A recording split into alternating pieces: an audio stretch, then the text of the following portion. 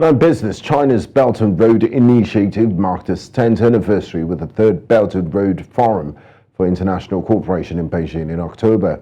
The Belt and Road Initiative is a global infrastructure project launched by China in 2013. The initiative aims to connect Asia, Europe, and Africa through a network of roads, railways, ports, and other infrastructure projects. While the initiative has been welcomed by many African countries, there are also concerns about the impact on the continent. Joining me live for this discussion is Assistant Lecturer in Economic Sociology, University Cheikh Diop of Dakar in Senegal, Dr. Ibrahima Xalil Niang joins us for more perspective on this issue. A warm welcome to you, Dr. Niang, and thanks for joining us on the news. Thanks for your invitation. Now, Dr. Niang, do you see any potential risk of African countries borrowing more from China to finance infrastructure projects, and what does Africa stand to gain from this Belt and Road Initiative? So what we have to know at the beginning is there is a huge gap of infrastructure in Africa.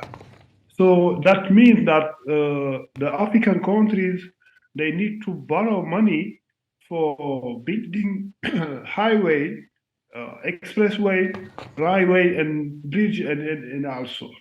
So for many experts, there is a risk of having such kind of agreement with China. But in my perspective, what I think is that there is many times that the African leaders, they were asking Western countries to accompany them on like having a Marshall Plan.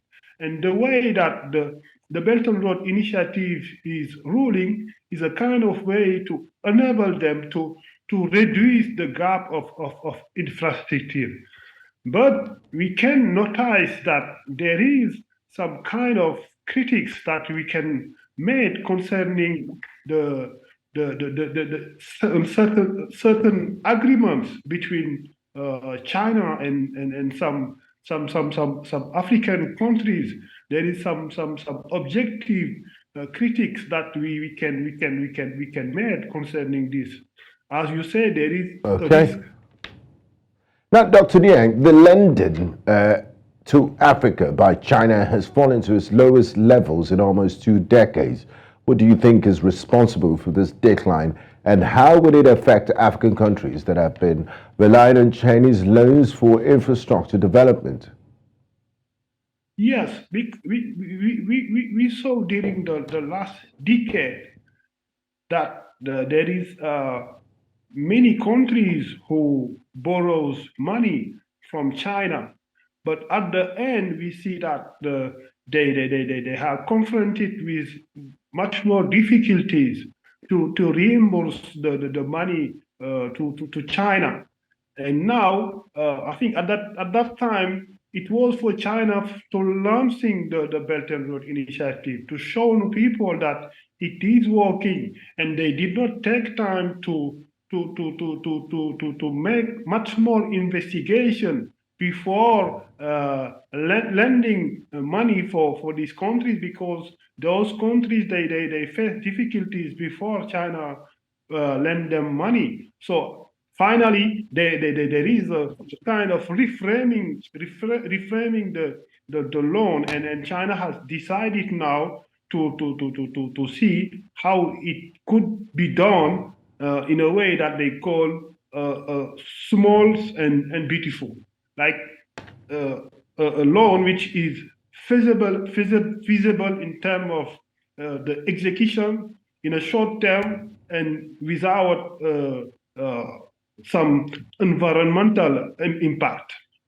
Now, Dr. Niang, according to some reports, future lending to Africa could include fewer large-scale loans of over 500 million and more loans under 50 million. What do you make of this funds being made available to Africa? What are the implications for China's Belt and Road Initiative. Why do they seem to be drawing down on the scale and the size of these loans they offer to African countries? We can consider that after the COVID-19, China has faced many difficulties. And yes, China faced many difficulties, and because of some domestic issues, they have to reframe their international politics and have to resolve some domestic problems that they are facing, like the age of their population, the youth unemployment, and the crisis of the real estate with Evergrande and so and so. And for this, I think for China, it is a moment that they have to look back to them and try to resolve some domestic problems before giving much more money to African countries or to other countries which face some difficulties to refund the monies. Now, finally, Dr. Niang, it seems African countries either look westwards or eastwards, but some prefer China because their loans not with many conditionalities as compared to the World Bank and IMF loans, and they offer favorable interest rates. How can Africa navigate its future and, be self-sustainable instead of going from one block to the other? How can we build a continent where we're self-sufficient and we don't need to go cap in hand, begging from one region or one superpower to another? So the situation that has created since China is more involving in the continent is that there is the new interest of some Western countries, like they would like also to have a room on this perspective, like trying to also proposing some concessional loans as China has made it. But the situation that it has created is many African countries now they have a lot of debt.